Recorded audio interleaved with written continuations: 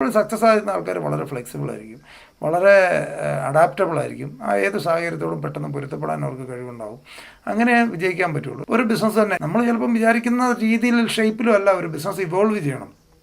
നമ്മളിപ്പം നിങ്ങൾ ഏതെങ്കിലും ഒരു ഒരു ബിസിനസ് ചെയ്തിട്ടുള്ള ഒരാളാണെങ്കിൽ നമ്മളൊരു പക്ഷേ ആ ബിസിനസ് തുടങ്ങിയ ഷേപ്പ് ആയിരിക്കില്ല ചിലപ്പോൾ 1 വർഷം 2 വർഷം കഴിയുമ്പോൾ നമ്മൾ ഉദ്ദേശിച്ച പ്രോഡക്റ്റ്. ചില കടകൾ കാണാൻ പറ്റില്ല, ചില കടകൾ അവർ ഉദ്ദേശിച്ച പ്രോഡക്റ്റ് അല്ല അവിടെ കൂടുതൽ മൂവ് ചെയ്യുന്നത്. അപ്പോൾ അവർ കടയുടെ ഒരു പകുതി മാറ്റി വേറെ സാധനങ്ങൾ അവിടെ വെച്ച് തുടങ്ങുന്നു.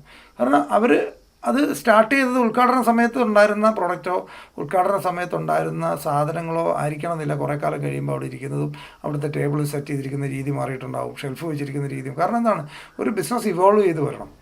അത് അങ്ങനെയാണ് ഒരു ബിസിനസ് ബിൽഡ് ചെയ്യുന്നത്. ബിസിനസ്സിൻ്റെ ബിൽഡിംഗ് പ്രോസസ്സ് അങ്ങനെയാണ്, ഏത് കാര്യത്തിനും അങ്ങനെയാണ്. നമ്മുടെ അണ്ടർസ്റ്റാൻഡിങ് നമ്മൾ ആദ്യം വരുമ്പം ചില കാര്യങ്ങൾ മനസ്സിലാക്കിയിട്ടാണ് വരുന്നത്.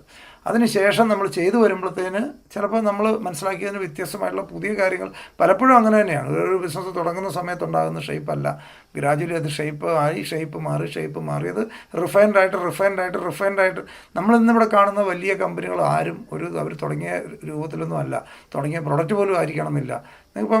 ഇപ്പം ഇതിനെക്കുറിച്ച് എപ്പോഴും പറയാറുണ്ട്. അസിം റിംജിയുടെ വിപ്രോയൊക്കെ തുടങ്ങിയ സാധനങ്ങൾ ഓയിൽ കമ്പനിയായിരുന്നു.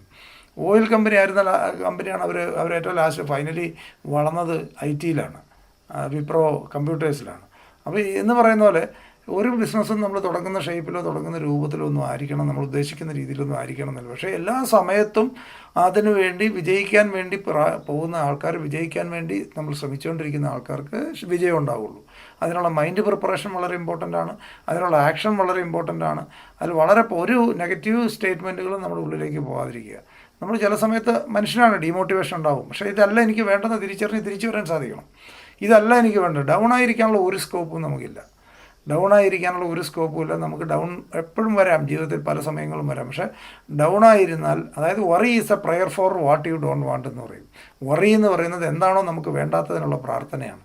വറി വന്നു പോയാൽ വീണ്ടും നെഗറ്റീവ്. അതുകൊണ്ടാണ് നമ്മൾ ജീവിതത്തിൽ നമ്മൾ ഡൗൺ ആയിരിക്കുകയാണെന്നുണ്ടെങ്കിൽ ഇല്ലാത്ത പ്രശ്നങ്ങളെല്ലാം കൂടെ കയറി വരും. അതാണ് അതിൻ്റെ റിസ്ക്. നമ്മൾ ഡൗൺ ആയിരുന്നോ, ഇതുവരെ ഇല്ലാതിരുന്ന പ്രശ്നങ്ങളോട് കയറി വരാൻ തുടങ്ങും. അതാണ് നിങ്ങൾ ശ്രദ്ധിച്ചറിയാം. അപ്വേർഡ് ട്രെൻഡ് ആണെന്നുണ്ടെങ്കിൽ നമ്മൾ തന്നെ കെട്ടഴിഞ്ഞ് വരുന്ന പോലെ നമുക്ക് തോന്നും. തന്നെ ഓരോ പ്രശ്നങ്ങൾ തന്നെ ഓപ്പൺ ആകുന്ന കാണാൻ പറ്റും. ജീവിതത്തിൻ്റെ ഒരുപക്ഷെ നമ്മൾ ഭയങ്കര ബുദ്ധിമുട്ടിക്കുമെന്ന് വിചാരിച്ചിരുന്ന പ്രശ്നം തന്നെ സെറ്റിലാവുന്നു, മറ്റൊരു വിളിക്കുന്നു, അല്ലെ വളരെ നമ്മളെ ഭയങ്കര ഹരാസ് ചെയ്തുകൊണ്ടിരുന്ന ഒരാളായിരിക്കും വളരെ കൂളായിട്ട് സംസാരിക്കുന്നു, പെട്ടെന്ന് ആൾക്കാരിൽ മാറ്റം വരും. നമ്മൾ ഡൗൺ ആണോ, ഇല്ലാത്ത പ്രശ്നങ്ങൾ കയറി വരും. അപ്പോൾ അതുകൊണ്ട് ഡൗൺ ആയിരിക്കാൻ ഒരു സ്കോപ്പും ഇല്ല. നമ്മൾ മാനിഫെസ്റ്റേഷൻ പഠിക്കുക, അഫർമേഷൻ പഠിക്കുക, എല്ലാ ദിവസവും അതൊക്കെ പ്രാക്ടീസ് ചെയ്ത് മൈൻഡിനെ കോച്ച് ചെയ്തെടുക്കുക. മൈൻഡിനെ കോച്ച് ചെയ്ത് സക്സസ്സിനുള്ള പ്രിപ്പറേഷൻ, മെൻ്റൽ പ്രിപ്പറേഷൻ നമ്മൾ നടത്തുക. അതിനനുസരിച്ചുള്ള സാഹചര്യങ്ങൾ ക്രിയേറ്റ് ചെയ്യാൻ നമ്മുടെ യൂണിവേഴ്സിന് കഴിവുണ്ട്. അത് വിശ്വസിക്കുക, വളരെ സ്ട്രോങ് ആയിട്ടുള്ള വിശ്വാസം അതിലുണ്ടായിക്കൊള്ളുക. നമ്മൾ നമ്മൾ ദൈവവിശ്വാസിയാണെങ്കിലും വിശ്വാസി അല്ലെങ്കിലും ഈ പ്രിൻസിപ്പിളാണ് വർക്ക് ചെയ്യുന്നത്. ദൈവവിശ്വാസത്തിൻ്റെ പുറകിലുള്ള പ്രിൻസിപ്പിൾ, അത് ഇതിലേക്കുള്ള ഏറ്റവും ഷോർട്ടായിട്ട് സാധാരണ ഒരാളെ അത് ഫോളോ ചെയ്യാൻ സിമ്പിളായിട്ട് പറയുന്ന പ്രോസസ്സ് മാത്രമാണ് ഇതെല്ലാം. അപ്പോൾ അത് നമ്മൾ വിശ്വസിക്കുക, ശരിയായ രീതിയിൽ പ്രാക്ടീസ് ചെയ്യുക, മൈൻഡ് റെഡിയാക്കുക. വളരെ സ്ട്രോങ് ആയിട്ടുള്ള പോസിറ്റീവ് കമാൻഡുകൾ കൊടുത്തുകൊണ്ടിരിക്കുക. ഒരിക്കലും നെഗറ്റീവ് കമാൻഡ് നമ്മൾ മൈൻഡിന് കൊടുക്കരുത്. അറിയാതെ തമാശന് പോലും നെഗറ്റീവായിട്ടുള്ള വാക്കുകൾ ഉപയോഗിക്കുക.